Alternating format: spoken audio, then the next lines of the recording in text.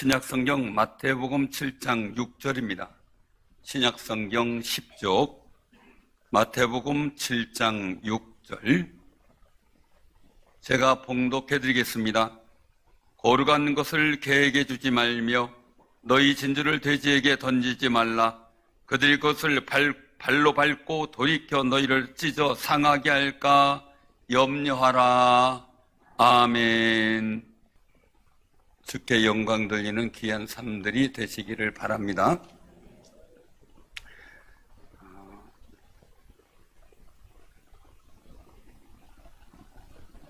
날씨가 따뜻해졌죠. 그러다가 또 추워지죠. 또 따뜻해지죠. 변화무쌍할 때 우리가 늘상 우리 옷차림도 달라져요. 그죠? 신속하게 바뀌더라고요. 여러분들에게 하나님께서 주신 은혜가 날마다 신속하게 우리가 하나님께 기도하는 대로 응답받는 역사가 임하기를 바랍니다. 그렇게 작정 새벽 기도하면서 하나님께서 주신 은혜와 비전을 꿈꿨는데 그 모든 것이 우리 교회와 성도들에게 이루어지기를 소망합니다.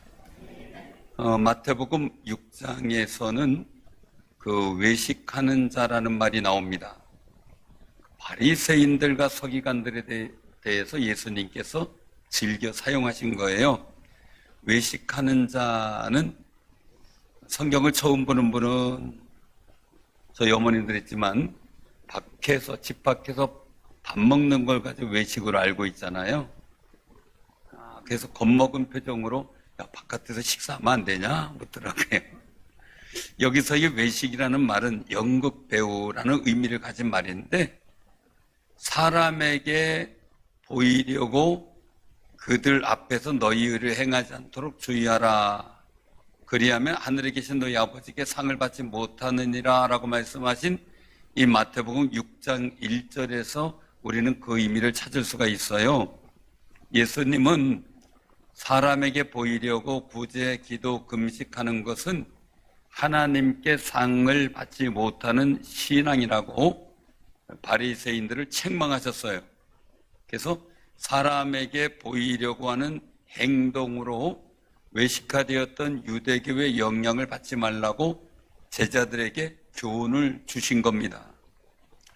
마태복음 6장 17절에 18절 보면 너는 금식할 때에 머리에 기름을 바르고 얼굴을 씻으라. 이는 금식하는 자로 사람에게 보이지 않고 오직 은밀한 중에 계신 내 아버지께 보이게 하려 함이라. 은밀한 중에 보시는 내 아버지께서 갚으시리라 라고 주님 말씀하셨어요. 금식한다고 막 수염도 막 송송나게 하고 초췌하고 이렇게 보이지 말라는 거죠. 목적은요, 금식하는 의미가 하나님께 기도가 상달되고 응답받기 위함이고 내 신앙이 더 성숙하기 위해 절제하며 그리고 인내하는 기간이잖아요. 내 스스로 자신이 더 복 있는 모습 찾아가는 거고요. 그런데 사람들은 알아주는데 금식하셨구나, 이거 대단하시네 알아주는데 하나님이 몰라주시면 금식의 의미가 없잖아요. 진정한 의미가 상실된다면 안타까운 일이죠. 금식이 그저 굶는 것으로 끝나게 된다면 내가 한 것이 그냥 고생일 수밖에 없는 거죠. 오히려 사람들에게는 금식하는 것처럼 보이지 않고 하나님께서 보시도록 최선을 다하는 것이 진정한 금식이라는 거예요. 이런 금식 기도를 잘 하시는 귀한 삶이 되시길 바랍니다. 어떤 분들은 3일 금식한다고 오래된 얘기인데 교회 와가지고 정수기 물을 탄 거 봤더니 빨리 비켜줘야 딴 사람이 또 물을 마실 거 아니겠어요? 거기서 한참 물을 주셔서 감사하고 건강하게 감사하고 기도 응답할 거 감사하고 한참 붙들고 기도하는 걸 금식하게 하시니 감사하고 답답하더라고요. 저게 하나님께서 알아주실까 이 생각이 드는 거예요. 우리가 정말 하나님께서 알아주시는 기도, 금식 너무 중요하죠. 우리는요, 우리를 멋지고 아름답게 보이려는 욕구가 있어요. 그죠? 그러니까 춥지도 않은데 막 목도리를 두르고 뭐 그죠? 더 멋지게 보이려고 노력하는 게 우리 모습이죠. 의상, 액세서리, 화장, 옷을 딱 입었는데 아우 참 젊게 보였네요. 훨씬 좋네. 이러면 기분이 좋은데 촌스럽네요. 그러나 봐요. 아주 그냥 애써서 막 입고 왔는데 그러면 속이 상하잖아요. 무언가 조화롭게 되기를 노력을 해요.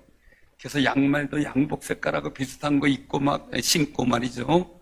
이런 노력들을 코디라고 하거든요. 이 코디네이터라고도 이제 얘기를 하는데 사람들에게 잘 보이고 이왕이면 모습이 경건하기도 하고 그 예절에 맞고 분위기에 맞는 그런 코디를 하려고 하는 거죠. 그래서 제가 어디 가려고 그러면은 동행하는 어른 목사님한테 전화 걸어요. 어떤 차림으로 가실 겁니까? 그럼 양복 차림으로 가야 되지 않겠어? 그러면 저도 그럼 양복 차림으로 가죠. 평상복으로 가신다 그러면 그럼 저도 평상복으로 가겠습니다. 같이 분위기를 맞추는 거죠. 그런데 어디가 코디를 한다는데 굉장히 유일점이죠. 다른 사람이 나를 보아주는 거잖아요. 저는 아내가 저를 멋지게 봐야 돼요. 그게 당연지사잖아요. 안 그래요? 별로 아닌가 봐요. 저는 좋다고 입었는데 아내가 불편하게 하면 그것도 힘든 거예요. 그죠? 그러니까 서로 맞는 거죠. 마찬가지로요. 우리가 어떤 코디를 했는데 하나님께서 보시기에 아름다워야 된다는 거죠. 그러려면 요한일서 2장 15절 16절 말씀을 보게 되는데요. 이 세상이나 세상에 있는 것들을 사랑하지 말라. 누구든지 세상을 사랑하면 아버지의 사랑이 그 안에 있지 아니하니 이는 세상에 있는 모든 것이 육신의 정욕과 안목의 정욕과 이생의 자랑이니 다 아버지께로부터 온 것이 아니요 세상으로부터 온 것이라 라고 말씀하세요.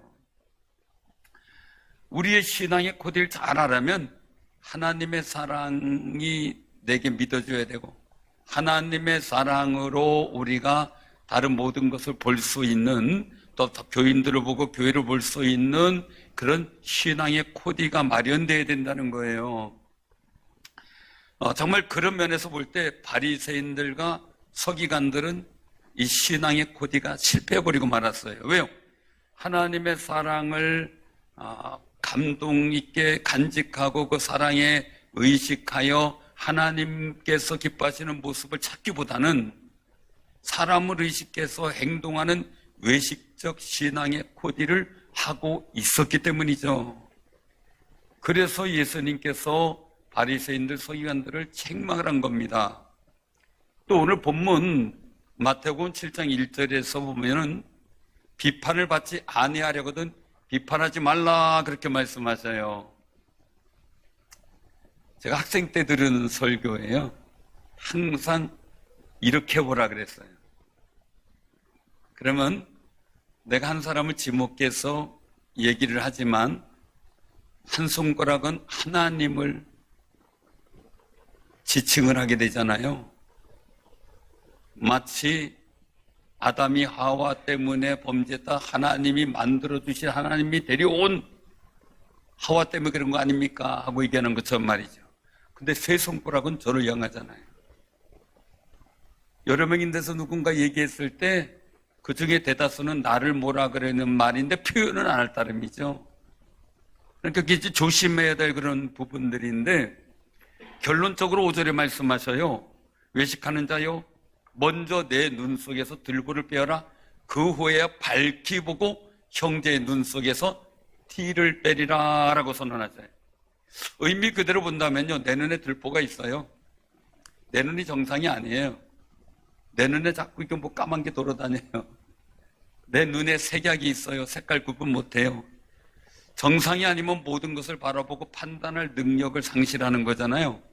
그래서 밝히 보고라는 말에 헬라어는 디아플레포라는 말이에요. 이 디아플레포는 사물에 대한 통찰력을 가지는 것을 의미해요.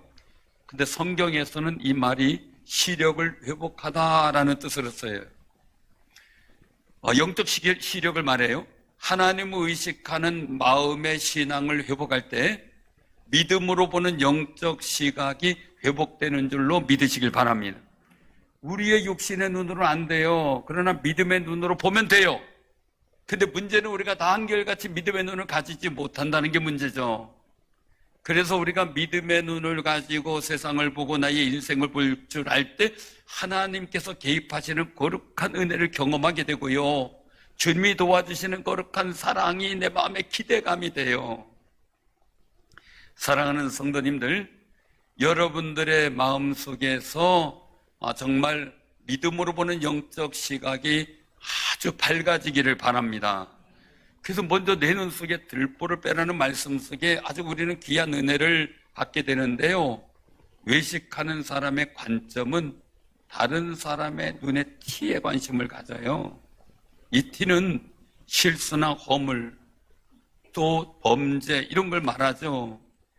그러나 하나님께서 복 주시는 은혜를 사모하는 사람은요, 자신에게 있는 티나 들보를 찾는데 최선을 다하고 그 속에서 발견되면 회개하며 하나님의 거룩한 은혜가 임하기를 소망을 해요. 이런 사람은 자기에게는 엄격한 잣대를 들이대지만 다른 사람들에겐 이해와 관용의 모습을 보이게 되는 거죠. 그래서 시편 6편 1절에서 2절에 보면 여호와여, 주의 분노로 나를 책망하지 마시오며 주의 진노로 나를 징계하지 마옵소서. 여호와여, 내가 수척하여 싸우니 내게 은혜를 베푸소서. 여호와여, 나의 뼈가 떨리오니 나를 고치소서라고 하며 다윗은 하나님 앞에 간절하게 자기의 허물을 내어놓고 탄원을 해요.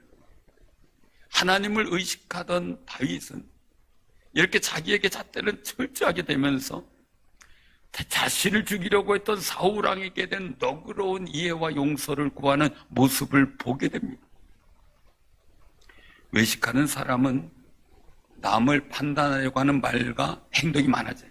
그러나 하나님을 의식하는 사람은 먼저 자기를 반성하고 돌이켜보는 일에 최선을 다하는 모습을 보여요.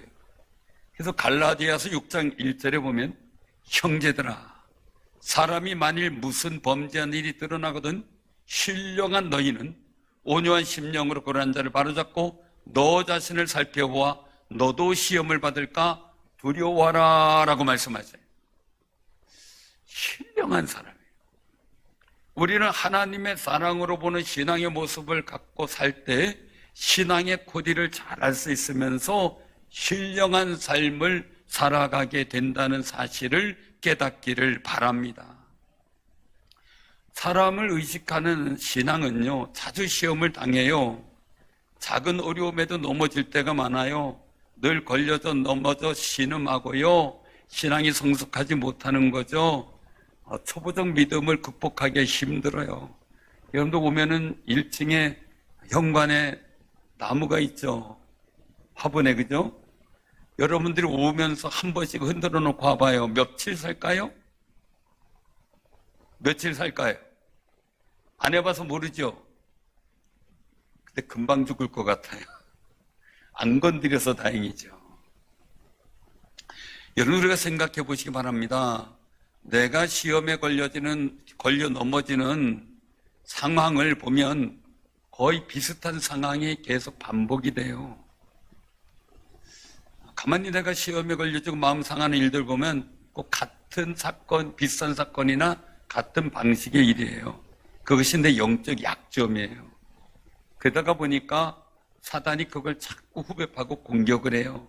잘해서 막 그냥 열심히 신앙생활을 하려면 바로 그 부분을 또 건드려요. 사랑하는 성도님들, 그럴 때 내가 넘어지는 상황, 상처 입은 상황이 될 때 한 번은 믿음으로 확 이겨버려야 돼요. 예수님처럼 사탄아 물러가라 하고 믿음으로 고백해 나갈 때요, 우리는 믿음으로 보여주는 새로운 세계, 신령한 은혜의 세계를 바라보는 놀라운 역사가 나타나게 돼요. 우리가 봉독한 본문에는 개와 돼지, 거룩한 것과 진주가 등장을 해요. 거기에는 다양한 해석들이 있어요. 예수님께서 제자들에게 교훈하신 상황을 고려본다면 거룩한 것과 진주는 천국 복음을 상징합니다. 개와 돼지는 복음에 대해 적대적이며 의도적으로 성령을 해방하는 바리새인들을 의미하는 것으로 이제 보게 됩니다. 그러면 개에게 거룩한 것을 주지 말라는 것과 돼지 앞에 진주를 던지지 말라고 하셨어요. 이유는 개는 물고 찢죠. 좋은 구두 사신고 시골에 갔는데 대청마리 벗어놓고 올라가고 갔다 왔더니 신발이 어디 갔어요? 어디 갔어요? 대청마루 밑에서 왜 고기 냄새인가 맛있는 냄새 나니까 이 강아지가 질근질근 씹어버려요. 그래서 멋지게 폼 재고 갔다가 강아지한테 다 물어뜯긴 신발을 신고 오는 거예요. 얼마나 속이 상해요. 왜 그럴까? 진주를 돼지 우리에 던져봐야 어떻게 돼요? 치지 밟히겠죠. 관심도 없죠. 그래도 진주 있으면 그 똥에서도 분리해서 가져와야죠. 그죠? 그냥 두고 올 거예요? 밟혔다고? 왜? 우리는 알아요. 값진 진주를 봐요. 거룩한 것을 알아는데 개돼지는 몰라요. 한간에는 뭐 우리 민중을 개돼지로 보는 이런 얘기도 했지만 아주 잘못된, 아주 진짜 수준 이하의 사람이죠. 우리 하나님의 영과 은혜를 입은 거룩한 사람이고 인간 존엄을 지닌 귀한 분들이잖아요. 그냥 알아보지 못해요, 우리 귀한 분들을. 근데 우리 서로라도 알아봐 줘야죠. 옆에 분하고 인사 나세요. 아우, 참. 하나님의 영을 가진 귀한 분들이잖아요. 참 존귀한 분입니다. 하고 인사 한번 하세요. 인사 한번 해줘야죠. 얼마나 존귀한 분입니까?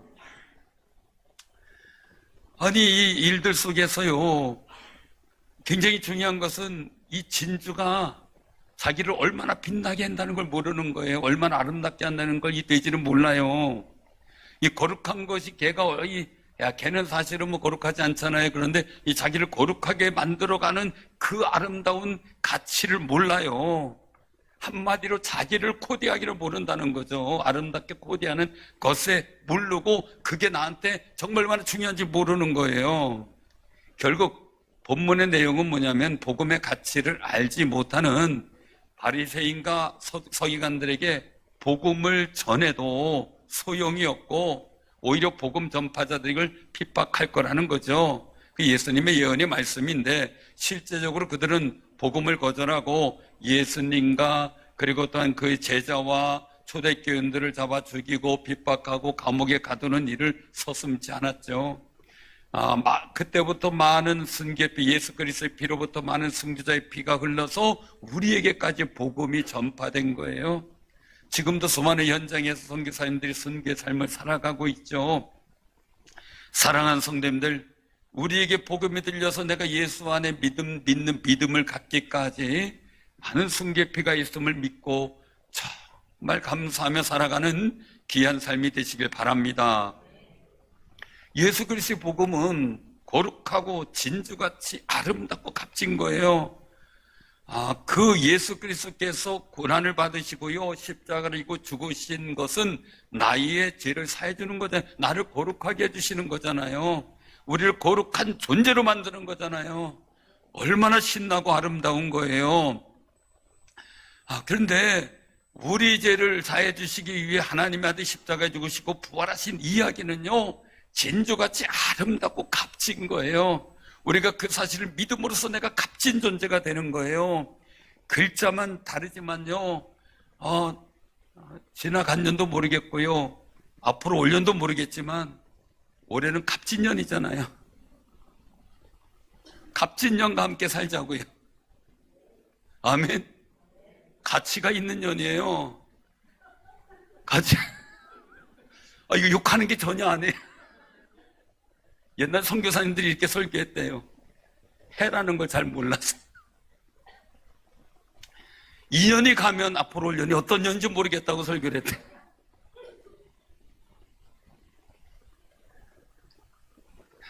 예수 그리스도의 복음은요, 우리를 거룩하게 하여 하나님과 화목하게 하시고요, 예배와 기도로 교제하게 하셨어요. 우리에게서 예수님을 믿고 영접하는 순간 하나님의 아들이 되는 거룩한 권세를 부여하셨어요. 그러니 우리는 거룩한 것을 받은 예수 그리스도의 거룩한 부여를 받았고, 그리고 또한 정말 하나님의 구원에 여긴 복음의 값진 진주를 받은 아름다운 이야기를 받은 귀한 삶이죠. 그러니 우리도요, 신앙의 코디를요, 세상이 뭐라라는 거 이게 중요하지 않고요, 하나님 보시기에 기뻐하시고요, 하나님께서 나를 귀히 여기고 정말 인정하는 아름다운 모습이 되는 신앙의 코디를 잘하는 귀한 삶이 되시길 바랍니다. 흔히 하는 말 중에 이런 말이 있어요. 꼴값 하지 말라. 꼴값이 뭔가 봤더니 얼굴값이에요. 얼굴값 하지 말라. 그걸 속되게 이르는 말이 꼴값 하지 말라 이거더라고요. 격에 맞지 아니하는 안 입고 온 행동을 할 때 꼴값 하지 마, 이런 말을 쓴다 그러죠. 우리는요, 하나님의 자녀예요. 충주상일교회 교인이요, 그리고 직분자예요. 그 직분자다운, 교인다운, 하나님의 자녀다운 품위를 갖추어가는 신앙의 코디를 만들어야 돼요. 그게 중요하죠. 하나님도 기쁘고요, 교인들도 즐거워하고요, 교회도 부흥하고요, 성도가 하나님의 복을 누리는 은혜의 코디가 넘치는 역사가 있기를 바랍니다. 나라의 지도자들이 국민들이 뽑아준 마음과 기대를 생각해서 지도자 자신과 나라와 국민의 품위를 잘 코디할 수 있도록 기도해 주시기를 바랍니다.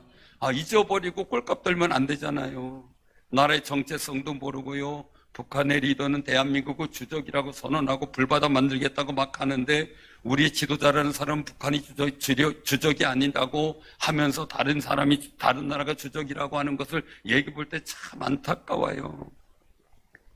우리 스스로 우리 주제 파악을 해야 돼요. 우리 신앙의 사람으로서, 하나님의 자녀로서 내가 어떤 존재인가에 대한 분명한 주제 파악을 해야 되고, 내가 리더가 되고 내가 정말 직분자가 되면 거기에 대한 분명한 주제 파악을 해서 하나님 앞에 멋있는 신앙의 코디를 만들어가는 아름다운 삶이 되시기를 바랍니다.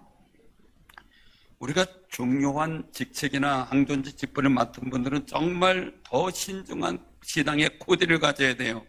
거룩한 직분의 코디를 위해서, 또한 교회의 은혜로운 코디를 위해서 우리가 최선을 다해야 되는데, 그러기에 손해볼 줄 알아야 되고요, 다른 사람에게 내 사적인 직장이나 사업에 때문에 성도들의 부담감이 생기지 않도록, 관계가 소원해진 일이 생기지 않도록 조심도 해야 되고, 왜 서로 복이 되기 위해서 조심하고 하다 보니까 다른 사람의 부탁은 들어주는데 직분자로서 내 부탁은 못할 때가 참 많아요.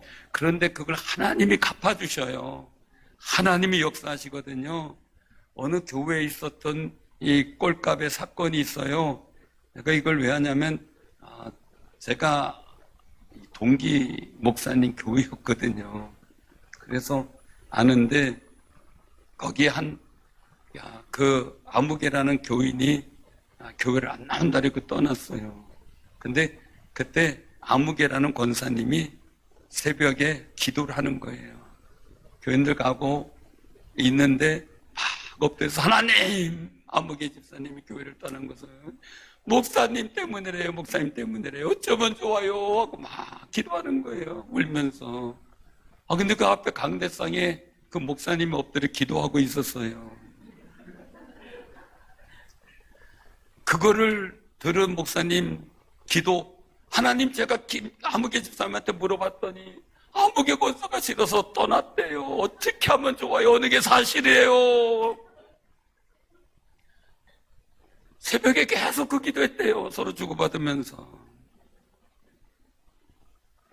기도의 꼴값을 떨었어요. 결국 목사님도 사임하고 떠나고, 아무개 권사도 떠나고, 교회가 없어져 버렸어요. 얼마나 기가 막힌 일입니까? 이럴 때 하나님, 저희 어머니입니다. 용서해 주세요. 하나님, 모든 일들이 치유되고 회복될 수 있게, 화목할 수 있게 도와주세요. 내가 어떻게 하면 좋겠습니까? 하면서 기도하면서 우리의 신앙의 거룩한 코디가 세워지는 아름다운 삶이 되시길 바랍니다. 아파하고 어렵고 시험이 든 사람이 있다면 정말 내가 아무런 관계가 없어서 책임감을 느끼고 기도하는 중보자가 되는 겸손한 신앙의 값진 코디가 있다면 한 사람이 힘을 얻고 하나님의 거룩한 은혜를 경험하는 놀라운 역사를 보게 될 줄로 믿으시길 바랍니다.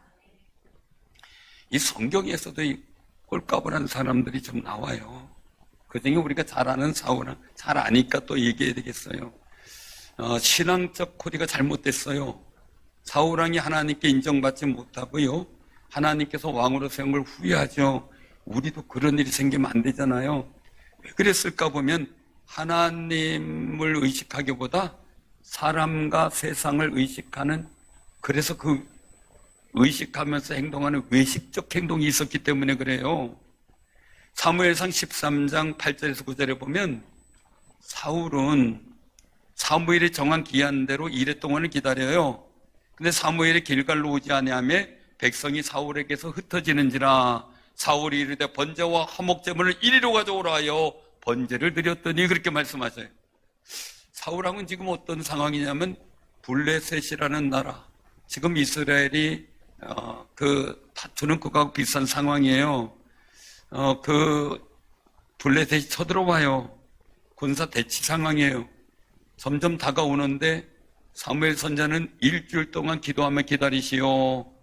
그리고 내가 일주일 있다가 와서 하나님께 번제를 드리고 나서 그리고 전쟁에 나가십시오. 그게 하나님의 뜻입니다. 그런 거예요. 근데 일주일까지 어떤 수모를 겪어도 일주일 동안 기다렸어요. 그러면 조금 더 한두 시간 기다리지. 위기가 생긴 거예요. 기다리려 했더니. 왜냐면 블레셋 군사들 가까이 와요. 근데 있던 군사로 부름받은 사람들이 위협을 느끼니까 자꾸 도망가요. 탈영을 하는 거죠, 말하자면. 그것을 보고 사울왕이 걱정이 되고 급한 마음에 그냥 사무엘이 오는 걸 기다리지 않고 번제를 드려버려요, 하나님께.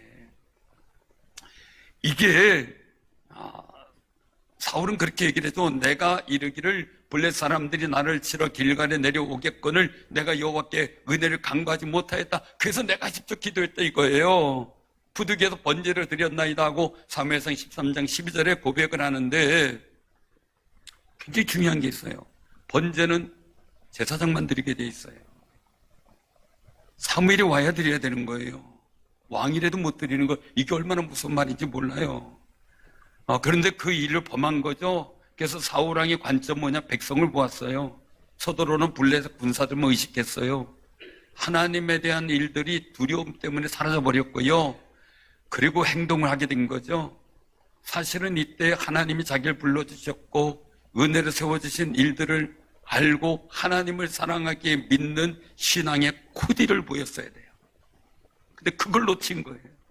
그래서 사무엘상 13장 13절에 보면 사울왕의 행동에 대한 평가를 사무엘 선지자가 얘기를 하는 거예요. 왕이 망령되이 행하였다 하고 말이죠.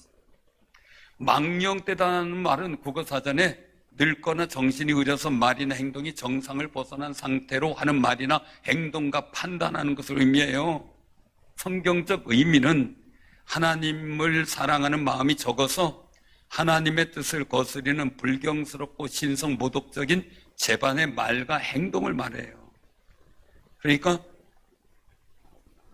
사울왕은 번제를 드릴 수 있는 자격과 하나님이 택한 사람이 아닌데 하나님의 권위를 넘어선 거죠. 신앙의 코디가 무너졌기 때문에 망령되이 행했다는 거예요. 우리도요, 사울 왕처럼 사람을 너무 쉽게 하고 세상을 두려워하다 보면 망령되이 행동할 수가 있어요. 우리나라도 일제 때요, 교회가 일본의 무력에 들어서 신사참배를 했잖아요. 그냥 바깥에서만 하는 게 아니라 신사 자체를 교회에다 갖다 놓고 예배 전에 신사참배를 하고 시작을 하게 돼 있어요. 얼마나 기가 막힙니까? 더군다나 신사참배를 거부했던 주기철 목사님 면직시켜버렸어요. 우리도 마찬가지잖아요. 최근도 세상 사람들과 정부와 따가운 시선이 무섭고 질병이 두려워서 예배를 드리지 못했어요. 오히려 예배 드리지 말라 그러니까 핑계끼며 안 드리게 될 수도 있었을 거예요. 오히려 예배 드린 사람 몰지각하게 여겼던 적도 있어요. 역사적으로 볼 때요, 우리나라는 6.25 사변 중에도 예배를 드렸어요. 그치지 않았어요. 그런데 하나님을 두려워하고 하나님을 사랑하고 두려워하는 의식을 잃어버렸기 때문에 믿음의 눈의 시각을 잃어버린 거죠. 그게 망령된 행동이라는 거예요. 사랑하는 성도님들, 우리 꼭 기억하시기 바랍니다. 우리가 살아가면서 느껴야 될 하나님을 사랑하기에, 하나님을 두려워하는 의식을 가지고 정말 신앙의 코디를 제대로 잡고 살아 하나님의 기쁨이 되는 아름다운 삶이 되시길 바랍니다. 어떤 상황에서든 내가 하나님을 사랑하는 행동인가? 하나님께서 나를 기뻐하실까? 내가 이 일을 하는 것을 하나님 인정하실까? 내가 하는 행동과 말이 교회 부흥에 유익이 될까라는 검토가 필요해요. 그때 내가 바른 신앙의 코디를 내가 갖출 수가 있는 거죠. 그래서 신앙심의 코디를 거룩하고 값지게 하는 아름다운 노력이 우리에게 필요한 거예요. 로마서 13장 11절 14절에 말씀하셔요. 또 너희가 이 시기에 알거니와 자다가 깰 때가 벌써 되었으니 이는 이제 우리의 구원이 처음 믿을 때보다 가까웠습니다. 즉 주님의 재림이 가까웠다. 이거 밤은 깊고 낮이 가까웠으니 그러므로 우리가 어둠의 일을 벗고 빛의 갑옷을 입자. 낮에와 같이 단정히 행하고 방탕하거나 술 취하지 말며 음란하거나 호색하지 말며 다투거나 시기하지 말고 오직 주 예수 그리스도로 옷 입고 정욕을 위하여 육신의 일을 도모하지 말라 말씀하십니다. 예수 그리스도께서 재림하실 때에 거룩하고 진주처럼 값진 것으로 코디한 아름다운 신부가 되기를 바랍니다. 이것이 우리가 도모해야 될 거룩한 영적 일이라는 거죠. 성령으로 거듭난 우리가 육신의 일을 도모하여 성령을 근심하게 하는 것은 신앙의 코디가 잘못되어서 값진 년이 아닌 꼴값년이 될 수가 있어요. 신앙의 코디를 복되게 해서 정말 값지게 살아가는 한 해가 되시길 바랍니다. 로마서 8장 3절 7절에 보면 하나님은 죄로 말미암아 자기 아들을 죄 있는 육신의 모양으로 보내셔서 우리에게 율법의 요구인 사망을 폐하려고 오셨다는 거예요. 그래서 예수님 믿고 영접하면 율법의 요구가 영향을 미치지 못하고 영생을 얻게 된 존재로 변화되는 거죠. 거룩한 존재로 말이죠. 그럼 우리는 육신의 일을 따르지 말고 영의 일을 따르고 영의 일을 생각하는 신앙의 코디가 제대로 서야 된다는 거예요. 주일날 나올 때, 우리가 예배 드릴 때, 봉사할 때, 사회생활할 때 나는 신앙의 코디를 바로 잡아야 된다는 거죠. 그래서 선언하셔요. 육신의 생각은 사망이요 영의 생각은 생명과 평안이니라 라고 말입니다. 육신의 생각 속에 생긴 신앙의 코디는 하나님과 원수가 된다는 거예요. 이유는 하나님의 법에 굴복할 수 없어서 하나님을 기쁘시게 할 수 없는 이라는 거예요. 영의 생각은 하나님을 기쁘시게 하고 생명과 평안을 주셔요. 사랑하는 성도님들, 신앙의 코디를 복되게 세워나가서 하나님을 사랑하고 하나님을 기쁘시게 하는 용기 있는 신앙의 코디를 만들어가는 귀하고 복 있는 삶이 되기를 주님의 이름으로 축원합니다.